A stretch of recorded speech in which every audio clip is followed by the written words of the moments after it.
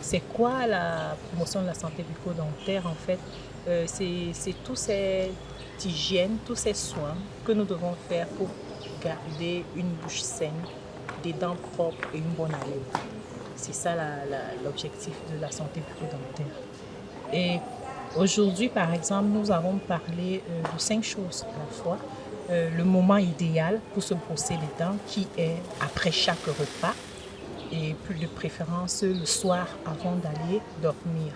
Et deuxièmement, nous avons parlé des outils qu'on utilise, du matériel qu'on utilise pour l'hygiène bucco-dentaire, dont la brosse à dents, de l'eau, du dentifrice et même les éléments qui peuvent remplacer le dentifrice comme le savon, du sel, du charbon et du bicarbonate par exemple. Mis à part ça, nous avons aussi échangé sur quelle quantité de dentifrice on devrait mettre sur la brosse à dents.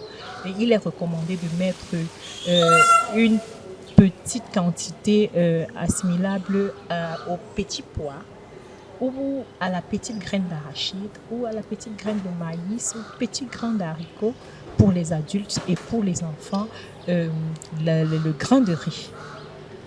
Donc, maintenant, troisièmement, nous avons parlé de faut-il se rincer la bouche après un brossage? La réponse, c'est non. Il faut simplement cracher. Pourquoi? Parce que c'est le fluor qui agit pour prévenir l'apparition d'une carie sur les dents. Et si vous utilisez le savon, il faut rincer, bien évidemment, parce que le savon est un peu abrasif pour la muqueuse dentaire. Maintenant, nous avons aussi parlé en troisième point, comment faut-il brosser les dents. C'était la technique proprement dit qui consistait à faire une démonstration sur les gestes circulaires du rouge au blanc et les gestes à brosser sur les plaques sur les dents et l'utilisation du derrière de la brosse à dents qui a des filatures qui permet de racler la langue.